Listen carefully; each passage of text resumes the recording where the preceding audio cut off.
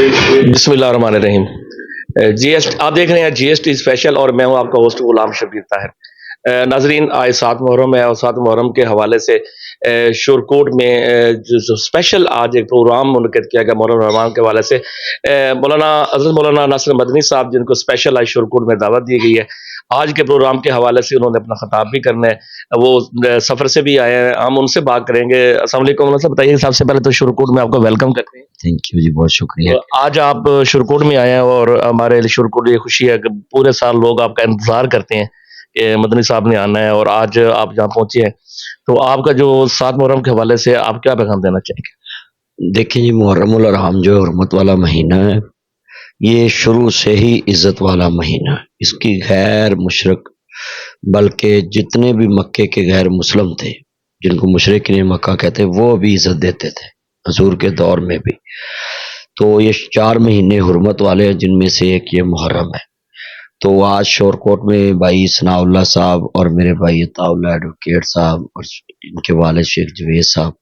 بڑی محبت سے 2 پروگرام میرے آگے تھے، بہار سلطان اور احمد پرسیال، تو آج واپسی پہ ان کے پاس پروگرام تھا۔ تو میں محرم میں یہی کہوں گا کہ آپ یہ لوگ اکثر سوشل میڈیا پہ گلی بازار میں بینر لگتے ہیں، یہ محرم پر امن سے گزر جائیں جی، 10 دن جو ہے نا کسی سے لڑے نہ جھگڑے نہ۔ تو یہ کتنی غلط بات ہے۔ آپ حسین کی محبت میں صرف 10 دن ہی امن سیکھتے ہیں، آپ کو آل لائف حسین کی محبت میں، آل محمد کی محبت میں اور امن لائف گزارنی چاہیے۔ پہلا تو یہ میرا پیغام ہے شورکوٹ کی عوام کے لیے کہ اب امن کمیٹی کے اجلاس میں بھی یہی لفظ چوز ہونا چاہیے کہ 10 دن ہی امن سے نہ گزریں۔ اکثر پولیس والے اور دوست کہہ دیتے ہیں جی یہ اللہ کرے دعا کرو 10 دن امن نہ گزر جن۔ بھائی آل محمد کی محبت میں اگر آپ نے رواداری اور محبت اور پیار کا دامن پکڑا ہے تو آپ پورے ملک میں آل لائف اس طرح کی زندگی گزاریں، وجود سے نفرت نہ کریں، نظریات اختلاف رکھیں۔ اختلاف رائے علم کا حسن ہوتا ہے، تو آپ تمام مسالک کے اختلاف رائے ہیں، مگر اس کی یہ وجہ نہیں کہ آپ جن کے ساتھ آپ کا اختلاف ہے وجود سے نفرت کریں۔ وجود کسی ٹائم بھی آپ کی بات کو سمجھ کے قائل ہو سکتا ہے۔ تو یہ شورکوٹ کو چاہیے کہ جہانگیر ڈویژن میں یہ پیغام جانا چاہیے آپ کے توسل سے، آپ کے چینل سے، کہ محرم الحرام جب آئے تو یہ علماء کرام اور ذاکرین اور سب کو یہی پیغام دینا چاہیے کہ بھئی جس طرح آپ 10 دن کہتے ہیں کہ بھائی چارے سے گزاریں اور امن طریقے سے رہیں، بھائی بھائی بن کے رہیں، تو یہ آل لائف آپ لفظ کیوں نہیں چوز کرتے کہ ہم محمد و آل محمد کے اسوہ کو مانتے ہوئے ہم اپنے دشمنوں کو بھی معاف کرتے ہیں اور امن سے زندگی گزارنا چاہتے ہیں۔ آپ صلی اللہ علیہ وسلم کے نواسہ رسول نے جس طرح محبت، امن، بھائی چارے کا درس دیا، اور وہ ان کی جو قربانی ہے وہ لازوال ہے، ان کی قربانیوں کو تو مثال ملتی ہی نہیں ہے، کوئی مثال ہمارے پاس ہے، مثال پیش ہی نہیں کر سکتے۔ لیکن آج کل کے جو مسلمان ہیں، اس وقت جو دور جا رہا ہے سوشل میڈیا کا دور ہے، یہاں پر دینی تعلیم کو چھوڑ کر سوشل میڈیا کو زیادہ ایکٹیو کیا جاتا ہے، جس میں لوگ دین کو چھوڑ کر بچے اسپیشلی طور پر اس میں موبائل میں اور مختلف ایپس بنا کر کرتے ہیں۔ تو آپ اس حوالے سے کیا پیغام دینا چاہیں گے کہ ہمیں ہمارے بچوں کے لیے کہ لوگ موبائل یوز کرتے ہیں، سوشل میڈیا کا دور ہے، ان کو کس طرح موبائل یوز کرنا سب سے چاہیے؟ پہلے یہ بات ہے کہ ہمارے جو ماں باپ ہیں نا، ان کو چاہیے کہ اپنے بچوں کے موبائل چیک رکھیں، اپنے بچوں کی ایکٹیویٹی چیک رکھیں، ان کا ٹائم ٹیبل بنائیں کہ کس ٹائم انہوں نے کھانا ہے، کس ٹائم سونا ہے، کس ٹائم انہوں نے پڑھنا ہے، کس ٹائم کھیلنا ہے، اور کس ٹائم ان کی دوسری موبائل کی ایکٹیویٹی ہونی ہے جس میں گیمیں کھیلتے ہیں۔ تو پہلے نمبر پہ تو میں لوگوں کو پیغام دوں گا کہ آپ اسوہ شبیری دیکھیں۔ نبی کریم صلی اللہ علیہ وسلم کی زندگی میں 6 سال حضرت حسین کی عمر ہے، اور آپ نے جو کچھ بھی سیکھا اپنے نانا سے 6 سال کی عمر میں سیکھا۔ تو اس کا مطلب ہوا کہ اگر 6 سال کا بچہ اپنے نانا سے سیکھ کر جنت کا سردار بن سکتا ہے، متقین کا امام بن سکتا ہے، ایک متقی پرہیزگار بننا بڑا مشکل ہے، تو متقین کا امام بن کے جنت کا سردار بننا، دونوں بھائی امام حسن مجتبیٰ علیہ السلام، امام حسین علیہ السلام، یہ سارے ہمارے لیے مشعل راہ ہے کہ ہمیں بھی اپنے بچوں کو مسجد میں بھیجنا چاہیے، جس طرح حسنین کریمین کھیلنے کے لیے اپنے نانا کے نماز کے دوران کندھوں پہ سوار ہوتے تو حضور سجدہ لمبا کر دیتے۔